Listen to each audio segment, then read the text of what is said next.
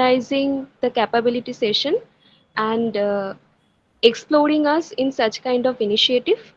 My name is Srimoy Devnath from UG3 and glad for being a active participant in this interactive session.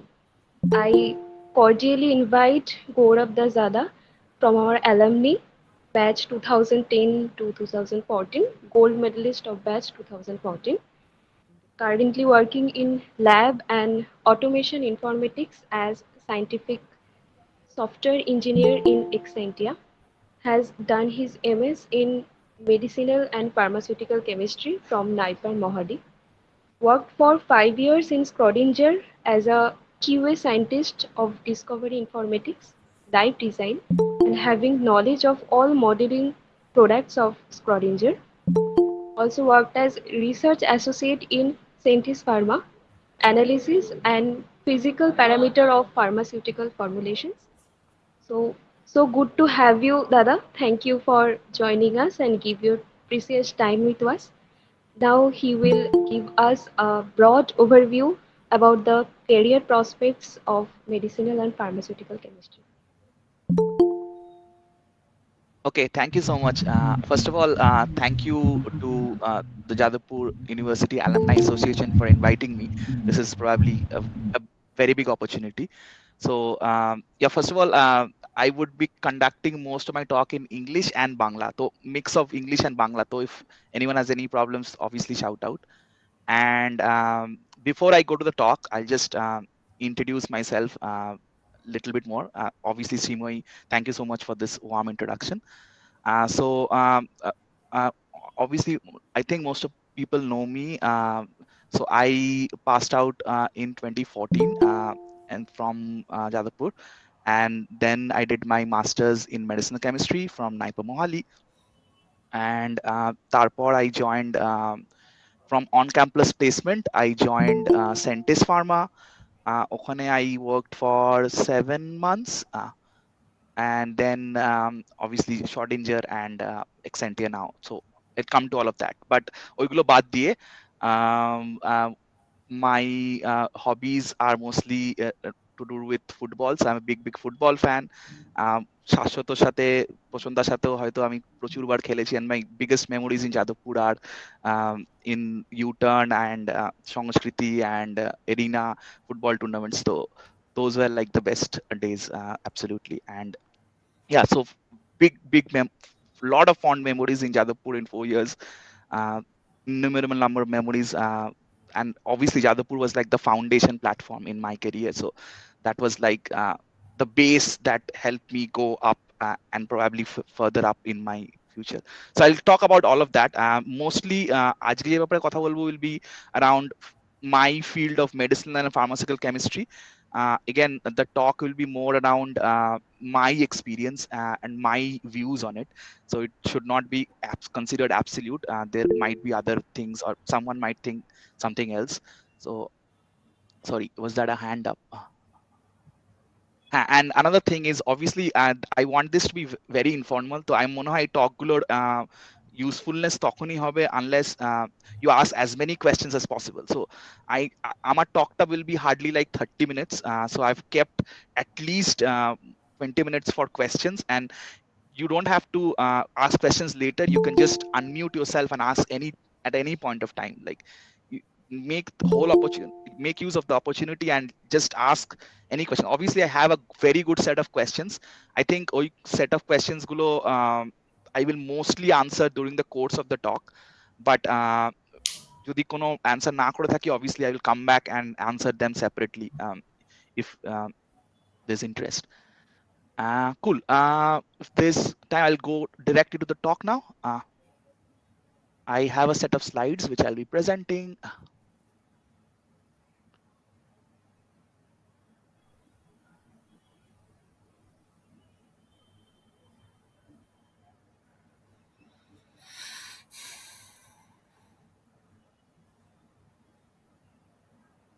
Can you see the slides? Yes, Can yes. everyone see the slides? Perfect. Okay, I'll go in full screen mode. Okay. I am not able to see the audience now. So, anyone has questions, please raise your hand or just unmute and ask questions anytime. I'll pause even after the slide for you to ask questions after every slide.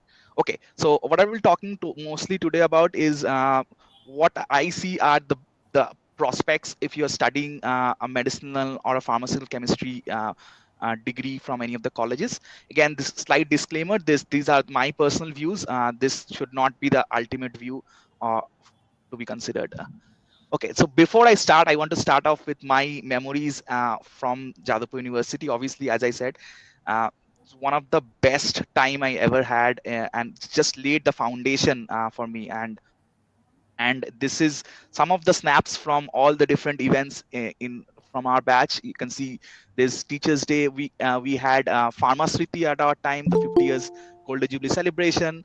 Some pictures from there. My convocation. These are all my batchmates. Um, and some Teachers Day. I think this was the last day of our batch. So I have lots of fond memories, lots of friends. I'm still connected to most of them. These are the best 4 years that you can ever have. So most important bit is to enjoy your life at Jadavpur. Obviously, this time will never come back. So just wanted to start off saying that this is a very important time to have and explore your life at Jadavpur, and have a lot of freedom to do that in Jadavpur. Okay, so coming to the talk, basically, so I have a very blank slide first. So this is what so coming from in industry, so I'm going to mostly talk about what happens in industry. And the first blank slide is basically what are the types of job you do in an industry. So assume you get hired in an industry. So what is that you'll be doing on a day-to-day basis? So I can in my mind categorize that into three different sections. If you are hired in an industry, you either are working in a lab. That's segment one. When I say you're working in a lab, you're either doing research, you're either doing analysis, you're either doing formulation development, specifically pharmaceutical industry I'm talking about. So you're working in a lab. That's section one. Section two, you are working in a computer screen and creating slides, creating presentations, creating reports. So you're working on Microsoft Excel, PowerPoint, uh, as crude as that. So that's section two. Section three is you are doing very emerging field now, which was probably not a section at all 10 years back, but it's a big section now. Is you're either doing data manipulations, sorry, data handling, um, chemoinformatics, software design, uh, or writing code. So if you see in my mind, there are three different sections that you will probably be working in an industry. If you're working in an industry, repeating, you're either working in a lab or working in front of a computer. And if you're working in front of a computer, you are either doing reports, Excel, PowerPoints, which is defining decision making or presenting to higher authorities and clients, or you are writing code and helping streamline workflows, or manipulate or working with lots of datas. So these I think are the three big sections in industry. And out of the three sections, at least two sections out of the three would require you working in a computer, would require you sitting on a desk 24 hours, or like at least 8 to 10 hours in a day. And what I want to take the main key takeaway is the importance of actually using technology, or working in front of a computer screen is very important. That's my what that will be probably my key takeaway from my slide.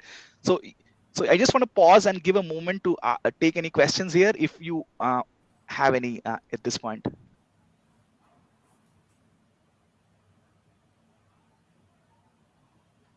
Okay, I'll carry ahead. So okay, so I'll just quickly always a lot of people have already heard, but quickly jumble through my career trajectory and how I have landed where I am today. Obviously, this was not a one-day thing. That even when I was studying in Jadavpur in 2014, I never even thought that I would I would be doing a software engineering job in a company based in UK. This was never in my even in my wildest dreams I would think that. Again, as I say, it's a step by step process. you take one step at a time. You don't think, or you don't get to one point just in one day. So I completed my bachelor's in 2014 in from JU. Obviously, I my quickly going back, actually, after my plus two, my joint entrance rank was, I vividly remember, is 3162. I don't have any problem saying. I joined pharmacy, and then I completed my BPharm in 2014. My GPAT rank was 125. My NIPER rank was 86. I opted for. I have options for to join IIT. I had options for all NIPERs, but I purposefully decided on choosing NIPER Mohali. I was um, a big chemistry nerd, so I always loved chemistry, specifically organic chemistry, from my plus two. So I I chose NIPER Mohali, and obviously opted for medicinal chemistry in NIPER Mohali. I joined the PV Bharatam lab. A lot of people who are working in NIPER would be very familiar with PV Bharatam. He's one of the very renowned scientists, and and obviously this part is really important, and there is a reason why I joined the PB Bharatam lab. So third and fourth year of my NIPER, of Jadavpur, I was introduced to the world of computational chemistry. Obviously, I had interest in chemistry, but I never even knew or imagined or thought about computation chemistry. And this was during my visits to I had a lot of my very close seniors. People will be hearing from Shuprotikda, maybe Rudroda and Probidda. So I used to visit them very often in their lab, and that is when I used to see molecules represented in the screen.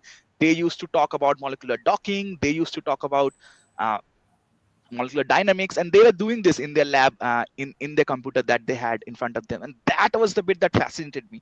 And I always wanted to do computation chemistry, and the only medicinal chemistry department that offered computation chemistry was the PV Bharatam lab.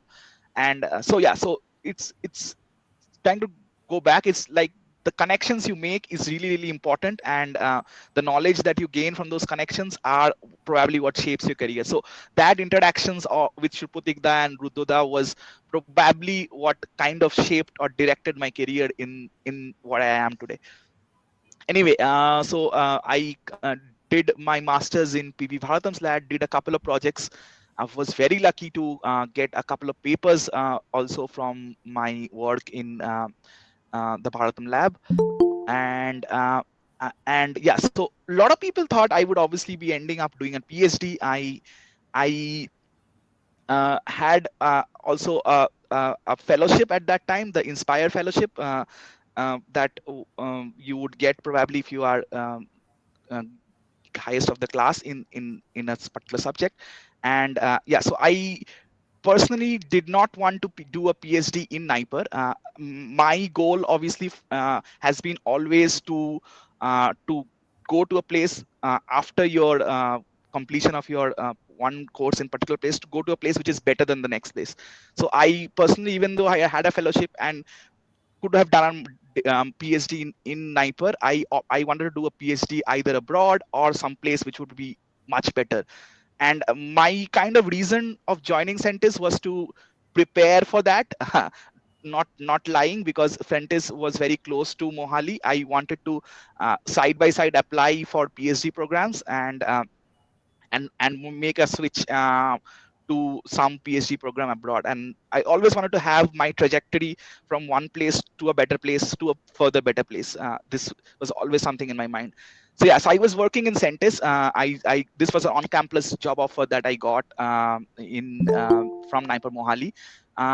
Personally, I do not have good experiences working in Centis. I felt the job would have been did not deserve a master's degree. It probably could have been done by a bachelor's degree, and it was little monotonous. Like I had to do the same experiment like for weeks, and so I decided to quit in 7 months. And this was a big where I got a job opportunity from Schrodinger, and this when this was when my PhD applications came to a halt. And because this was such a good opportunity, I stopped applying for PhDs and I gave that back, because Schrodinger was a great place to work. This is the Schrodinger office to Hyderabad. The exposure was immense. We were directly working with the New York office. I was reporting to someone at the New York office. And yeah, so here my role was a quality assurance scientist. And this was where I kind of rekindled with my love with computational chemistry, because what I have been doing on a day-to-day basis is actually testing the scientific softwares.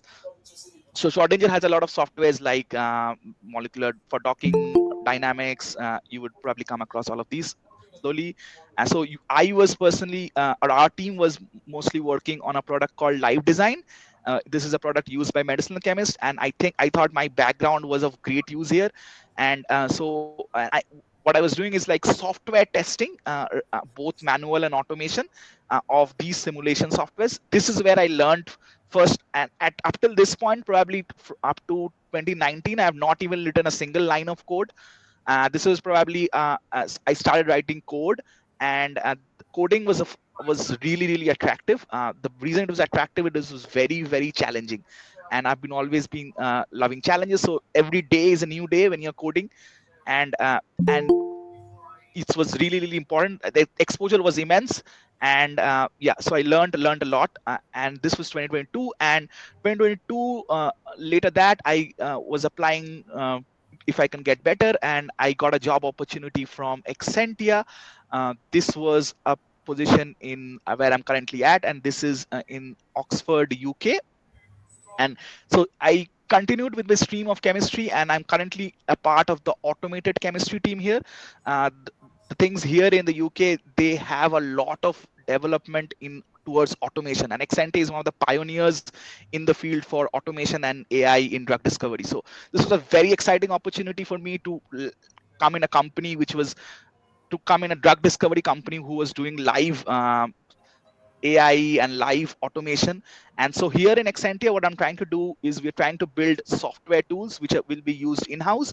And these tools are basically helping to record all of their experimental data that the chemists or the scientists are doing on a day-to-day basis. These are helping them automate their workflows. So probably something they would probably be recording in manual Excels or PowerPoints or something, that we kind of build a tool where they record their data, and that tool kind of helps them to maintain and drive their innovation even further. We also write code that can drive automated instruments. So if you, I have that link here.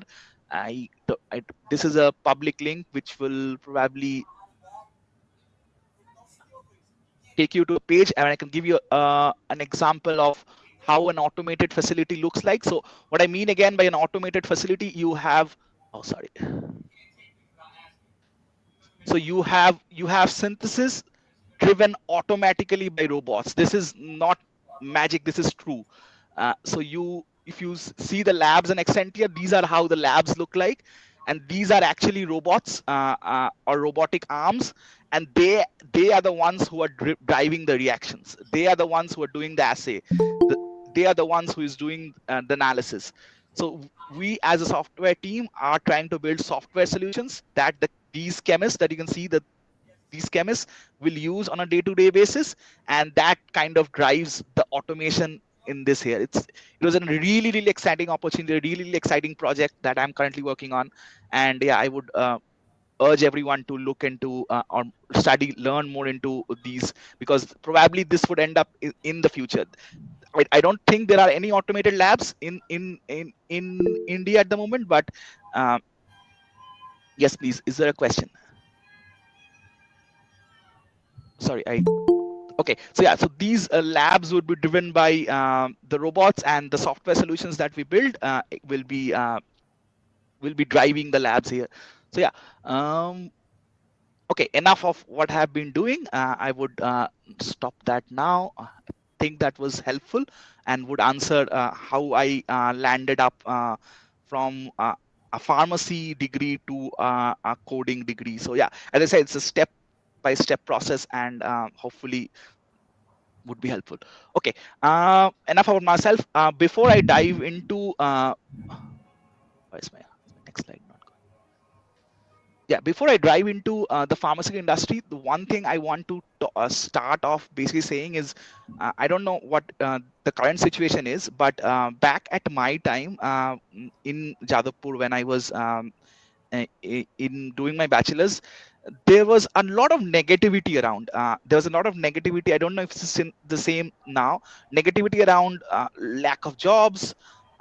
There was a lot of negativity as seniors demotivating us. Maybe I won't say that, but yeah, there were there were things when I joined as a first year. People telling ki you should change your stream. You should probably go to a different stream.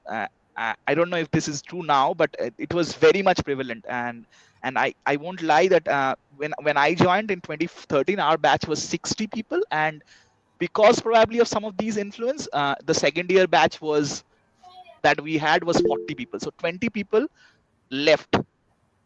20 people left the job, left pharmacy because thinking that this would not have a future, or um, this is not a field you want to pursue.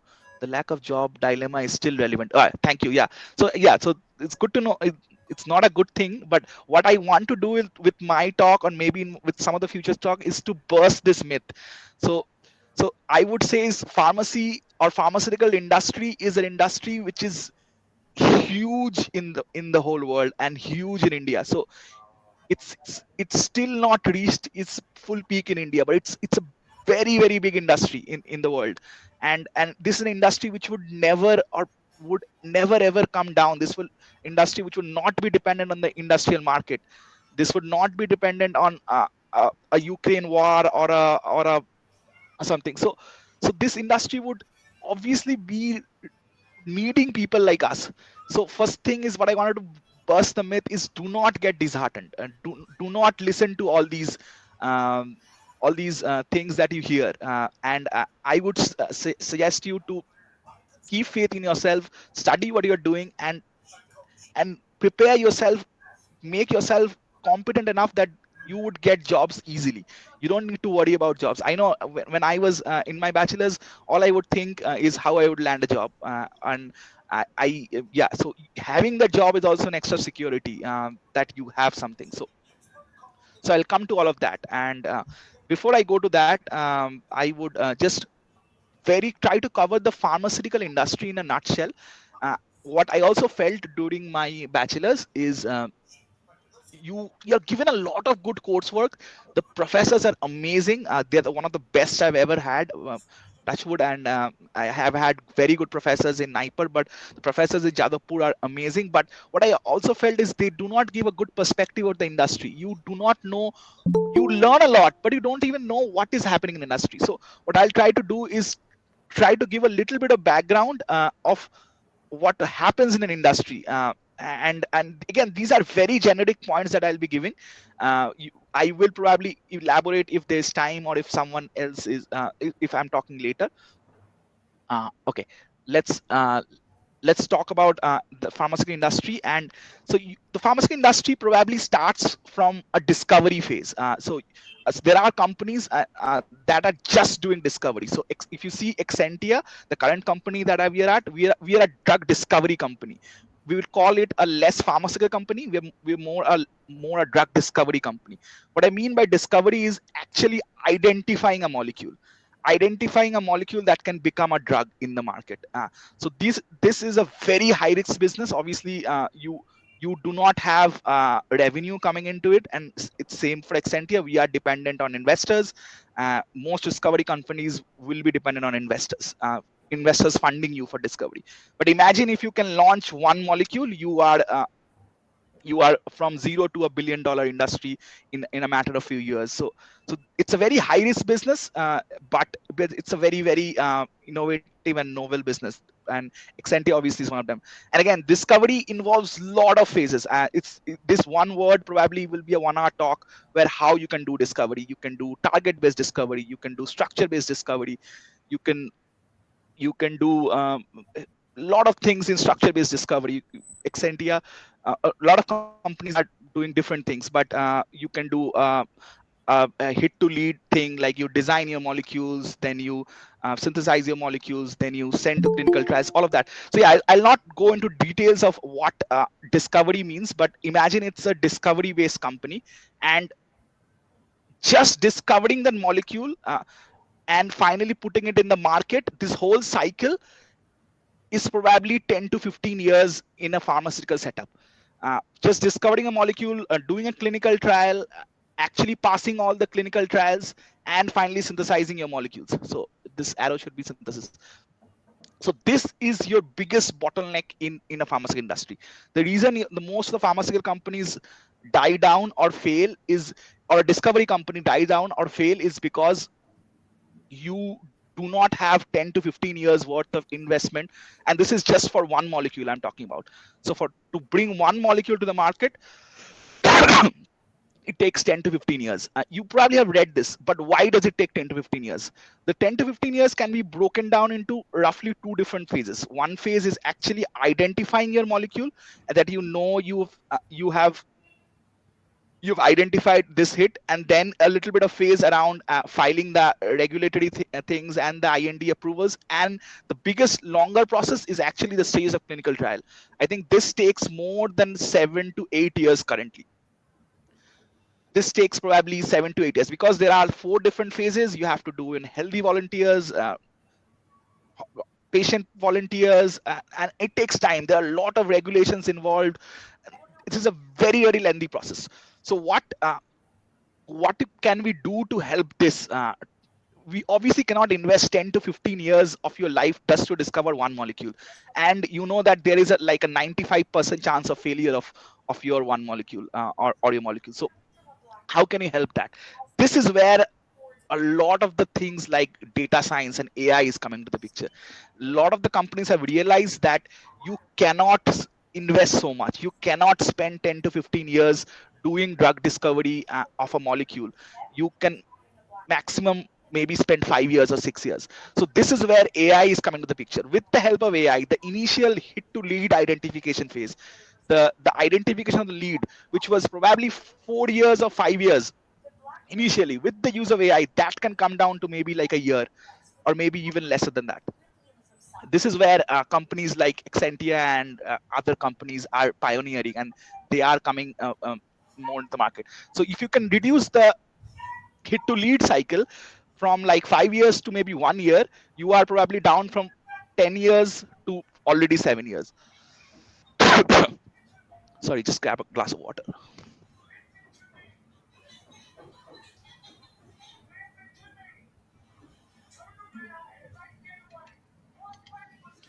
Okay, so that's where you can improve the first step of discovery. The second thing, which I think is becoming very critical, is how you can improve or decrease the time of clinical trials. So clinical trials currently takes at least 6 to 7 years. There are so many phases. Sorry. And so what the bigger companies are doing is they are trying to inculcate data and AI into clinical trials. How can we do that? So there is a lot of things happening called precision medicine and precision targeting. So there are these are fields where you can put AI and you can select your patient, you can select your medicine, and then you can do your clinical trials. So a lot of innovation is currently happening in clinical trials to decrease the time required for the whole cycle. So if you ask me what are the two biggest fields in the near future, or like 10 years down the line, my goal will be, or my take would be, the use of data science and AI to decrease the hit to late identification phase, and the use of AI and data science to decrease clinical trial the clinical trial stages. So if you can do that, probably there will be time where you can decrease the 10-year cycle to a 5-year cycle, or a 6 or 7 year cycle. That is the goal of drug discovery that we should be aiming to. We cannot afford to spend so much time, and we cannot afford to to lose all the money that we have. Okay, I'll just take a break. I just grab a glass of water in a second. Unmute.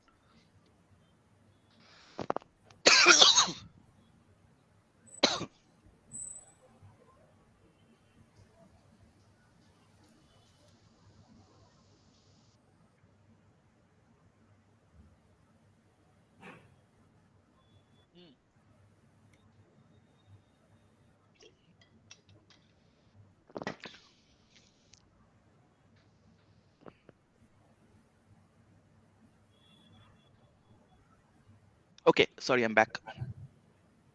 Okay, so now assume that you have identified your molecule.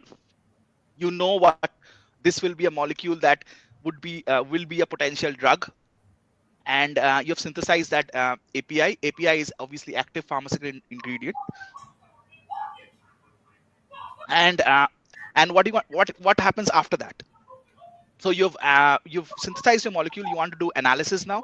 You want to do you want to do stability studies. You want to see if a molecule is active after a particular time. Sorry. Yeah, so you want to do method development, method analysis, all of that on your API. And once you have your molecule, now you want to have also have a formulation. So you want to either make it a tablet, or you want to make it a capsule, or you want to make it a syrup, or whatever formulation that you want. Once you have done the formulation, you also want to do simultaneously an analysis and validation of that. So again, the analysis is similar base analysis, like you want to do stability studies, and that's where you kind of determine your expiry date that you see on your compound, on your label of a any formulation. And you also want to do other lot of analysis, or but maybe the how your content of your active ingredient is degrading over time, or how your content of your preservatives are degrading over time. A lot of analysis and data that is required in your later stages. And again, all of these that are done first will be done in a small scale, in an R&D setup, obviously. And once you have put like kind of laid your protocol in R&D, so API synthesis, API formulation, and analysis, once you have laid your formulation in your R&D setup, which is a small scale setup, you transfer all of that to a large scale plant, and you do it in a bulk. So imagine these are done first, obviously, in a experimental R&D setup, and you write protocols, and you that those protocols are then transferred, and you do large scale manufacture of either your API or your formulation, or and your analysis setups that you have already optimized in the plant. Once you have maybe synthesized maybe now liters or kilograms or of your API, or maybe thousands or hundreds of your bottles in a plant, you can now go and if it's if it's a product that is already in the market, you can either release it in the market. But if it's a novel formulation or a novel API, you would again have to repeat the process of regulatory approvals, preclinical trials, clinical trials, all of those bits, and then it comes to the market. So again, very rough estimation, but what I wanted to analyze more is the Indian market in general is basically focusing on these bits. So if you see Indian company, there is a very big demand of pharmaceutics, mostly formulations and all of that. The reason being, most Indian companies are actually doing formulation design and formulation analysis. What they are doing is they have the generics in their hand. They're trying to modulate the formulation. So for example, you have paracetamol that is sold in 50 different labels.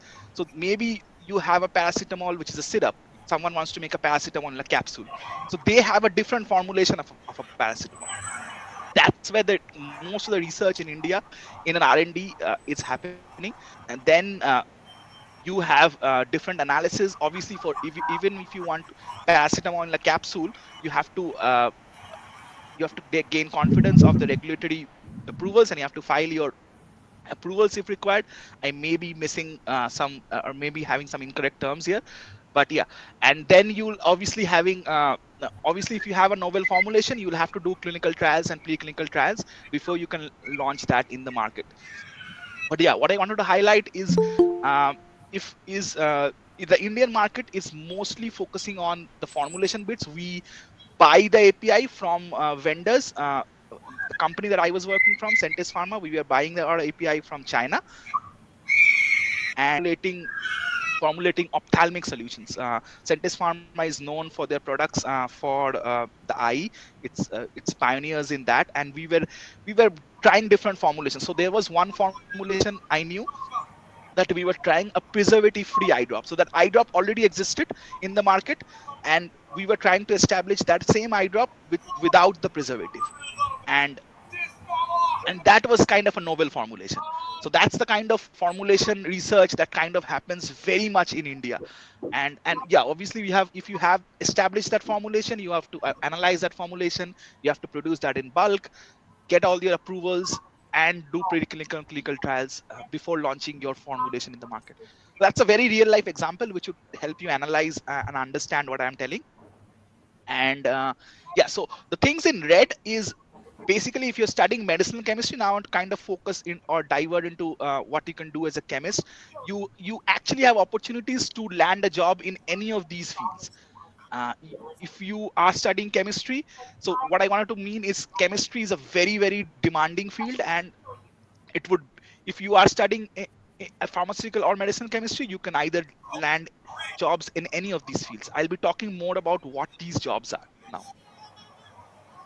Okay, so roughly go through these now. So if you are into in the early stage discovery, you probably be doing computation aided drug design. This is more in the discovery phase, where you would be designing potential drugs, or if you are in the lab, you would be actually synthesizing those drugs.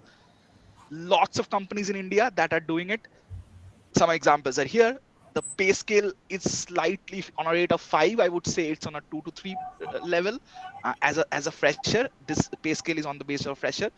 The jobs you'll be doing as an API synthesis, as an for API synthesis, will be actual synthesis in the lab, or maybe separating them, characterizing them with your spectral techniques. Or if you're in the CAD division, you would be probably doing simulations, building workflows, doing machine learning, AI, QSAR, and all of that bits. My experience, again, the biggest pro is you get experience to live projects. You are right in the middle of a project. You learn a lot from that project. You learn how you can change particular smaller changes can lead to bigger changes in affinity. You learn a lot. You have opportunities to publish, even from an industry. There are a lot of opportunities to publish, and industries go for patent as well. So these are a lot of pros. I think for a fresher, the compensation may not be at par, and I'm talking for this as like for post-grad freshers. It is there is a difficult lot of competition, because you're actually competing from MSc and also PhD candidates. So yeah, it's not very easy to land a job as as a master's candidate here, and and I would say it's almost impossible to land a job as a BPharm candidate. But yeah, this is a very very interesting and emerging. Not, I will not say emerging; it has been there for quite some time now. But yeah, so it's a little difficult to get in. I would say. Okay. Again, other fields, talking about other opportunities, is a lot of importance is now having in data science, cheminformatics, software development. Is there a case of generative? Yes, I will talk about generative AI in a bit. Most of the APIs import from that's true. The APIs are imported from China for most of the cases. Okay. Yeah. So yeah. So this is probably the future of drug discovery. That's where that's why I joined Excentia, and that's why my belief is data is going to drive discovery, absolutely. And uh, again, a lot of companies in India or abroad, this is, I think, probably abroad, and I think just two companies in India which probably are doing a lot of data science and cheminformatics. uh, what you will be doing, I'll come to your question, Shagnik. What I will be doing on a day-to-day basis, if you are having a job here, is probably writing a software that would help build workflows for the chemist. You'd be maintaining data that would be probably useful in machine learning and AI algorithms. Uh, what I feel is the big future, and I think India is probably, it still hasn't started yet, but India is probably going to be the hub for clinical research in the future. This is my probably my prediction, because what I have seen companies struggling is through regulations in foreign companies. I think Vedala will be very nice place to take this. But I personally believe that India, with its diverse population, and the regulations being less stricter than the European and the or the US agencies, India is probably going to be the future where a lot of clinical research is going to be happening in the future. And if the lot of clinical research is will happen, there will be a lot of data generated to it, and all a lot of data will be driving this clinical research. So I feel there in the next 10 years I can see a lot of interplay about data and its use in either discovery or clinical research. So yeah, just keep an eye on that, and I would strongly suggest to delve into this if you have an opportunity. Okay, so this is one field. Again, pros are live projects, good publication opportunities. I think the pay scale here is very good. Again, which was another one of my reasons I kind of entered in this field. I won't lie about that. The competition here again is very tough. You would be competing with direct computer science graduate, which is huge in India. So it is the getting inside of a company, or like landing a job in a company, is not very easy. So you would have to have significant upskilling to be competing with them. So one thing that I really liked, and we followed in Schrodinger, is we strictly hired not a lot of companies do that, but in the QA team in Schrodinger, we strictly hired life science graduates. We felt our uh, philosophy was we could train tech to life science graduate, but we cannot train life science to tech graduates. What I mean by tech is computer science graduate. So that was a philosophy which they followed in Schrodinger, and kind of helped me in shaping my future, because obviously tech is something you can learn, and I personally learned everything on the job in the last 6 or 7 years. So so uh, so obviously upskilling yourself to be doing one of these would be one of the demanding fields, is what I believe. Again, going ahead,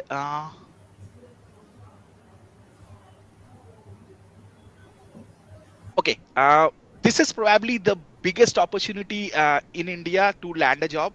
uh, Analysis of formulations, analysis of API. There are several R&Ds in India that are doing it. The starting pay scale is slightly low, but it increases rapidly. So what I've given here is the starting pay scale. What you'll be doing on a day-to-day basis is you'll be doing a development of a method. What I mean by method development is more like you have your either your formulation or active ingredient. You have to uh, write a protocol or create a protocol to do an assay of this in either an HPLC or a LCMS or something. So what I mean by assay is finding the content of the active ingredient. So you want to find the content of paracetamol in a Calpol tablet, for example, like that. So so if you have to do that, you have to develop a method for that, i- to run that simultaneously over weeks and months. So that's kind of the method development. You also have to do things like method validation. So things like find out the impurity in a Calpol tablet, or find out the loss of quality, or the loss of degradation, the LOD studies that you do uh, on a tablet. So all of these bits and the stability bits are very important. These has to be done, and the reports has to be submitted to a regulatory approval. So lot of opportunities here. I think you get a very good first hand knowledge. You have a lot of experience in handling instruments, very sophisticated instruments, and there are huge opportunity. There is a huge workforce which is required. Starting compensation may not be at par.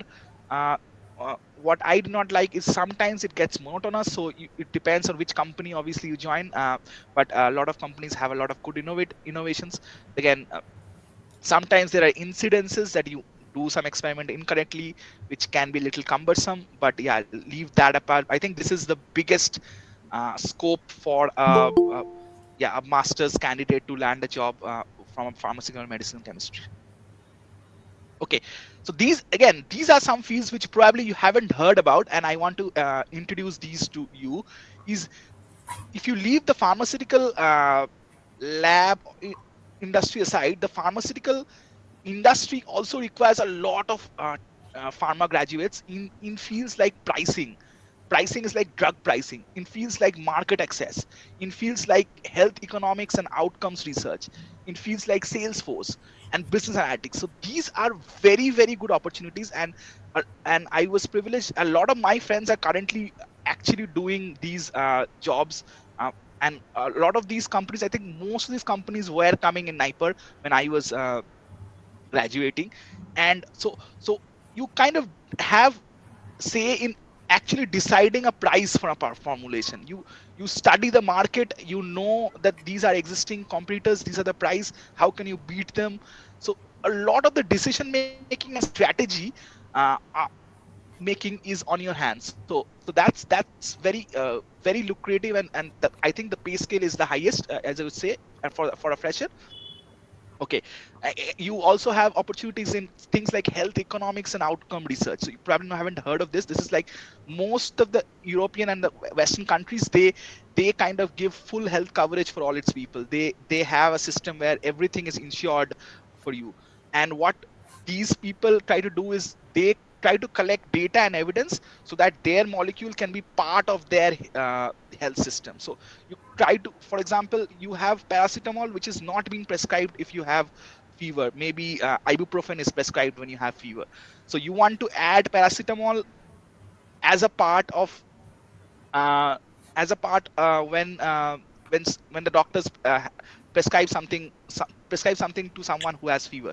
So these are actually trying to understand or collect data and evidence so that you reach out to these health agencies, these bodies, and make drug more accessible to the patients. Again, there are teams like Salesforce. So Salesforce teams kind of design strategies for the medical representatives. You have probably seen medical representatives going to visit different doctors, but how do they know which doctor to visit, when to visit, and where to visit? These are the Salesforce team that sits on top of medicinal chemists. These are places where you can actually design the strategy, or tell or basically command your medicinal chemist to visit these places. And they also help in like the incentives of the medicinal chemist, the area to visit, all of these bits. Another very interesting is business analytics and business expansion. So you kind of forecasting. So very important fields. You have to forecast because of all your background knowledge in pharmacy, and maybe this is something that may help. You can predict much better than any other graduate. So you maybe know that in the monsoon season there is a high incidence of malaria in Kolkata. So you want to maybe uh, increase the sale of, or may make more production of anti-malarial drugs during the monsoon season in Kolkata. Again, for example. So all of these bits is very, very important, and they require market like people like us. Again, the pros again here are you need to have a good understanding of the business and the working of a company. The compensation is probably the best. The other options very lucrative these days. These people companies also provide permanent work from home opportunities. uh, what you will have to go about is you will not be doing research at all. It is slightly difficult for freshers, but I would say this is still possible. Uh, and again, my goal is, once you get into any of these, it is very easy to switch. So switching between companies is the easiest thing. If you are working in a company, you would probably getting LinkedIn requests every day that there is openings here, you would want to, if you want to come. So yeah, as I say, getting into the company is it might be difficult, but switching is not. And other bits, obviously there was a talk by Prasunda, I think last week, so he delved a lot into that.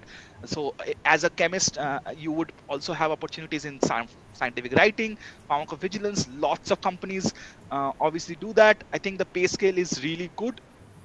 Might have underestimated this a bit, but yeah, so you'd be doing day-to-day filing of adverse drug reactions. As Prasunda was saying, you would probably be writing the pamphlets that are coming up with a drug, and designing all of those.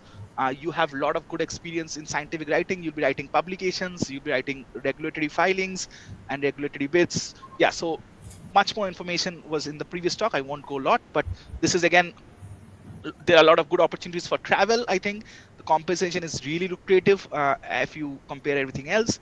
uh, the cons is you'll probably have to read lot of scientific literature. I don't know what it is with you, Prasanda, but one of my friend was saying he has to probably read more than 50 or 80 research articles every day. And obviously you'll be presenting, you'll require a little bit of good presentation skills because you'll be presenting your work someplace. Not a con, but yeah, some. But yeah, again, big opportunities here. Lots of companies in India which are doing that and would be really lucrative. And another small bit which is also ignored is intellectual property rights. Lot of companies, most of the core pharma actually outsource this. A lot of companies do not have an intellectual property department. They outsource it to a lot of consultancy companies, and these consultancy companies actually do the intellectual property bits for them. The work generally involves you protecting a patent or protecting an innovation. So some companies, they have innovation around anything. It can be a process, it can be a novel molecule, obviously it can be a novel formulation. So they want to protect it so that no one uses their IP for 20 years, because 20 years is again not absolute. But yes, you have someone suing some other company if you have infringed their patent. So yeah, so these are some of the jobs, and obviously the pros here are very good compensation. You get patents and innovative solutions, and obviously the con that I've not written, probably there's a lot of competition from the existing lawyers, but but you would sorry wait, and you'd be probably doing a lot of literature survey in these fields. Okay, think I'm coming to my end now. Yeah, so that's I did have some slides about PhD and what we can do with PhD, but I've hidden them because I think you would have several talks where people would talk about how to approach a PhD and all. But yeah, I just want to summarize my key takeaways. For if you're doing a chemistry degree, you obviously have to develop a passion for learning and chemistry. It's very important that you understand or love chemistry, because that's where you'll be doing the rest of your life with. Uh, okay, what I did for myself is keep your eyes open. As a fresher, probably will not have a lot of opportunities. It is slightly difficult to as a fresher to maybe sometimes land a job. But if you have a job, uh, try to dive into it, and then improve on that and get better and better as you go ahead. And try to keep your eyes open. What I mean by keep your eyes open is try to make connections, try to make as many LinkedIn connections, or try to subscribe to LinkedIn job requests, because you would probably see a lot of vacancies on LinkedIn which you had probably not seen elsewhere. So keep a very active LinkedIn account where you um, try to learn as much as possible, and be updated with the recent happenings in the industry. So it's very important that it might feel not important, but make sure that you are following what the industry is going direct, trying to do what if you have a dream company, try to obviously follow the company's goals or the company things, and just go into company websites and look into the company websites and try to understand what they're doing. So, like for example, I like Novartis. I want to land a job in Novartis. Just follow the Novartis website, see what they're doing, see their pipeline. If you are going to any pharmaceutical website, first thing you should see is their pipeline. How many drugs do they have in the clinical trial? A lot of the information is public. What are the stages of that drug? You learn a lot just by visiting the company websites and just by navigating the company website. So try to utilize the information you have. So these days you have everything at your fingertips. You now have chat gpt, which is like a blessing. Just try to type things in chat gpt or anywhere, and see what the companies are doing, what their pipeline is, where a particular molecule failed, why a particular molecule failed, all of these bits. And assuming you do all of that, I think you can make your own future. And and what I believed is try to have your learning curve always pointing north. So as you've maybe completed your bachelor's, try to think that you have to do better. and maybe do a master somewhere else, and try to always keep learning more. Again, every day that I am doing is a new learning for me. One of the reasons I kind of switched to the direction that I am is because I found the coding or do writing code to be really really challenging. And and the more challenges things, and the everything that you learn is will be helping in the future. So keep learning every day is very important. And yeah, as been saying this repeatedly, so first time I think getting a job is actually difficult, but switching a job isn't. Believe me, once you land a job and you have 2 to 3 years of experience, you would get LinkedIn requests every day from HRs that we have a vacancy here, you if you want to join, if you have a vacancy here that. So yeah, so as I say, just be bold, try to apply for these opportunities if this suits your profile. And obviously enjoy your Jadavpur life, because this is probably the best 4 years that you will be having. So as you're doing all of that, make sure you have time to spend all the occasions, spend time with your friends, and yeah, and obviously take care of yourself. And yeah, so there's I'm coming to the end of the slide, but there's one thing I think I missed and I wanted to tell that, and I'll just say that. So what I was confused, and my personal takeaway is you do, what I was in my third year and fourth year is you don't know what to do after BPharm. You're very confused. Most people are like that. Like you are completing your fourth year and you don't know if you want to do a job, if you want to do a master's, or if you want to, or if you're completing a master's, you don't know if you want to do a PhD, you want to do a job. So to so it's very important to have a clear thinking. And my philosophy or my suggestion to you would be like, if you're completing your bachelor's, it might be bold and it might not be correct. If you probably do not enjoy pharmacy, one of the biggest advantages of studying in JU is you have a lot of opportunities to move or your career to a different direction, which you would not be having in if you are in some other pharmacy college.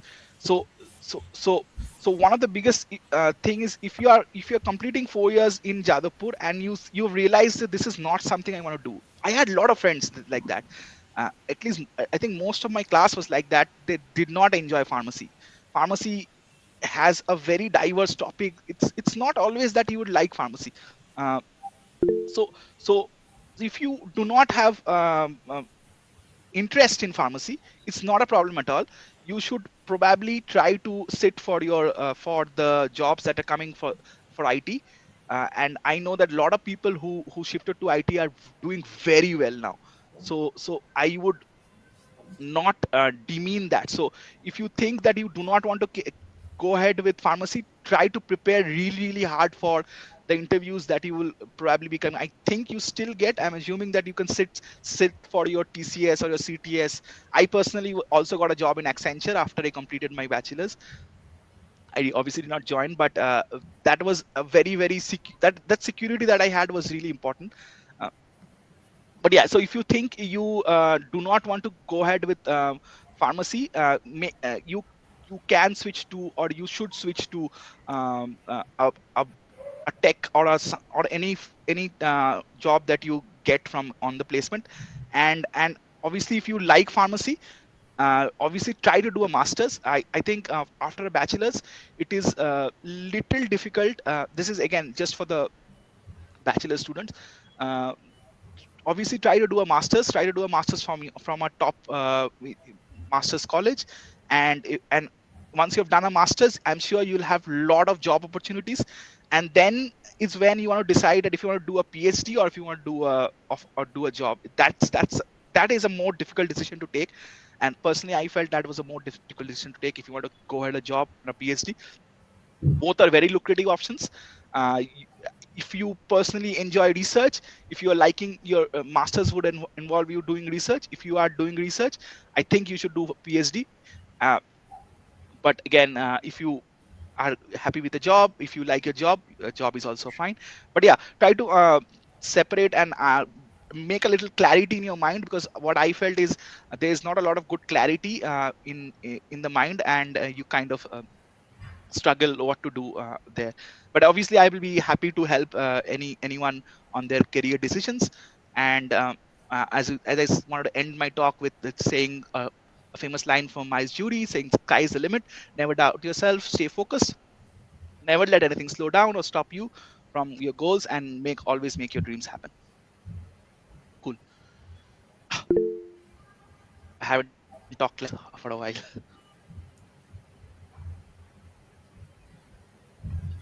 Oh my god, Shankuda is also here. Thank you so much, Shankuda. How are you? Okay, Dada, now we will go for the question session. Sure. If anyone having any question, please ask to Dada one by one. Yes, you can just unmute and ask. I'll try to take one by one the ones in the chat first. And I also have a list of questions that I have, which I think I've answered some, but I can come back to them. Okay. Is there any use case of generative AI here? This is the question from Papi Bormon. Okay. Very good question. Generative AI is it's a big thing now happening in the pharmaceutical industry, more in the drug discovery sphere and market. So a very crude, simple terms of what is generative AI. I don't know if you understand generative AI. Is you have a input known molecule and a known ligand in your space, and you want to generate something new. You generate a molecule which is probably which running some models or something, running some calculations. It generates you a novel molecule which it thinks would also bind to to that protein or the target, and would also be a drug. So this is very crudely what is generative, right? It generates a novel molecule which is never found in literature, and would which the model thinks is a potential drug or a potential lead molecule. And is there a use case for generative AI? There is lots of use case of generative AI in the discoveries field, obviously. So if you are in the discovery field, you are trying to design molecules, novel molecules which never existed. Generative AI is all most pharma companies are doing, and generative AI is done by a lot of the models uh, that are being built. The better the models, the better your algorithm performs, and the models are driven by the data. And the better the data that you have, the better the models that you have, and the better the results of generative AI, and the better probably the designs are. So that's kind of how crudely I see myself, see how I see generative AI and the use cases of generative AI. I hope that answers your question, Bapi. Uh, Shagni is I have doubts in my study in medicine chemistry that heterocyclic compounds is mainly used in medicine chemistry. We can easily remember the IUPAC name, but the common name I can confuse. Like even the how easily can we remember them? Okay, this is very important actually to know the common names first rather than IUPAC names. I would say the common names is the first thing that you should, or the common structure of the molecule is the first thing you should understand. Like I have almost studied all of that 15 years back, but I still remember structures of imidazole, furan, pyridine, quinoline, and you can ask me anytime, I can be able to suggest them. So only way of practicing is just writing them. Keeping what I had is a chart on my bedroom that I would probably see and memorize sometimes. So you if you it's and I think it's very very important to know the common names rather than the IUPAC names. So no one would want you to know what is 5 5 methyl 2 chloroimidazole. No one wants to know that, but you should know that this molecule has an imidazole ring, this molecule has a furan ring, this molecule has a pyridine ring. So that's the bit that you should focus first, and then go to understanding IUPAC names. I hope that answers your question. Yeah, and same for fused ring as well. You should know the fused ring uh, properly. What skills should we have an excel in so that can be at par or even better than a tech guy? Okay, so what I feel is these days with the advancement of tech and GPT, you have everything yourselves. You all you need to do is learn them. You need to learn them. So even before I do that, what I think is very important these days is to know the basics very well. So do not try to learn. So if you're taking any course, obviously there are so many courses available in the internet. Do not take any courses that are advanced courses. if you want to take a course, take a basic course. Take understand basic Linux, understand basic Python, understand basic Excel.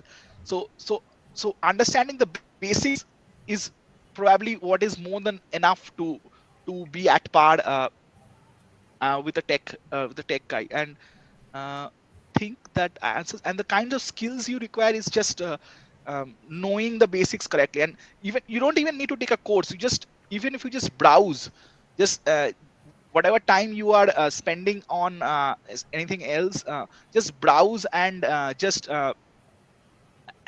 try to learn uh, Python videos or Python codes, and that should be more than enough. And it's a very easy language to pick up also. So I personally only know Python. I am not a coder that I know a lot of languages, and I only, the first line of code that I wrote is probably like further down. And Python is very user friendly, so don't even need to learn you don't even need to have background in computer science to know Python, is what I believe.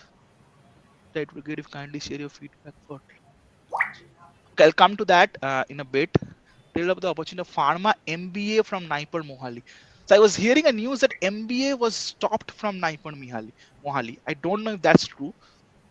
It is really good, uh, but I would personally suggest, if you are interested in MBA, to go for a full time MBA and not a pharma MBA. My experience is a pharma MBA would narrow your field a little more, but a full time MBA giving your entrance exam is a better opportunity than a pharma MBA. But again, I also hearing news that this is was getting closed, or this department is getting closed. So have a look at that as well.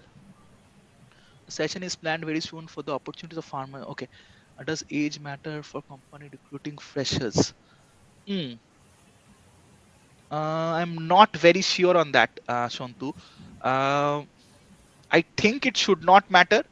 Uh, but if you have long gaps in your CV, they might ask you questions why you have that. But I'm not very sure on that. Make a chart keep achievement related to assume can pass in 2021. Let's see. Shift pharmacy to tech hard. Upskill yourself for this. Yes, yes. Yeah. So most of my upskilling was on the job. Rikayon.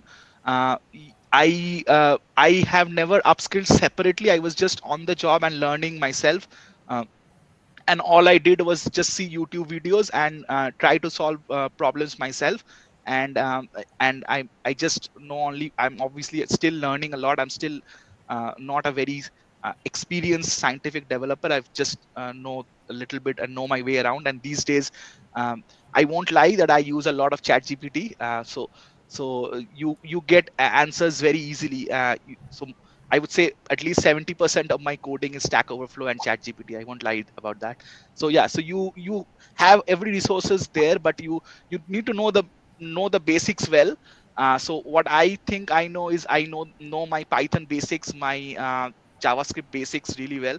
And once you know the basics, your the challenges you do on the job are really difficult challenges. At least from a not non-tech background, it is difficult.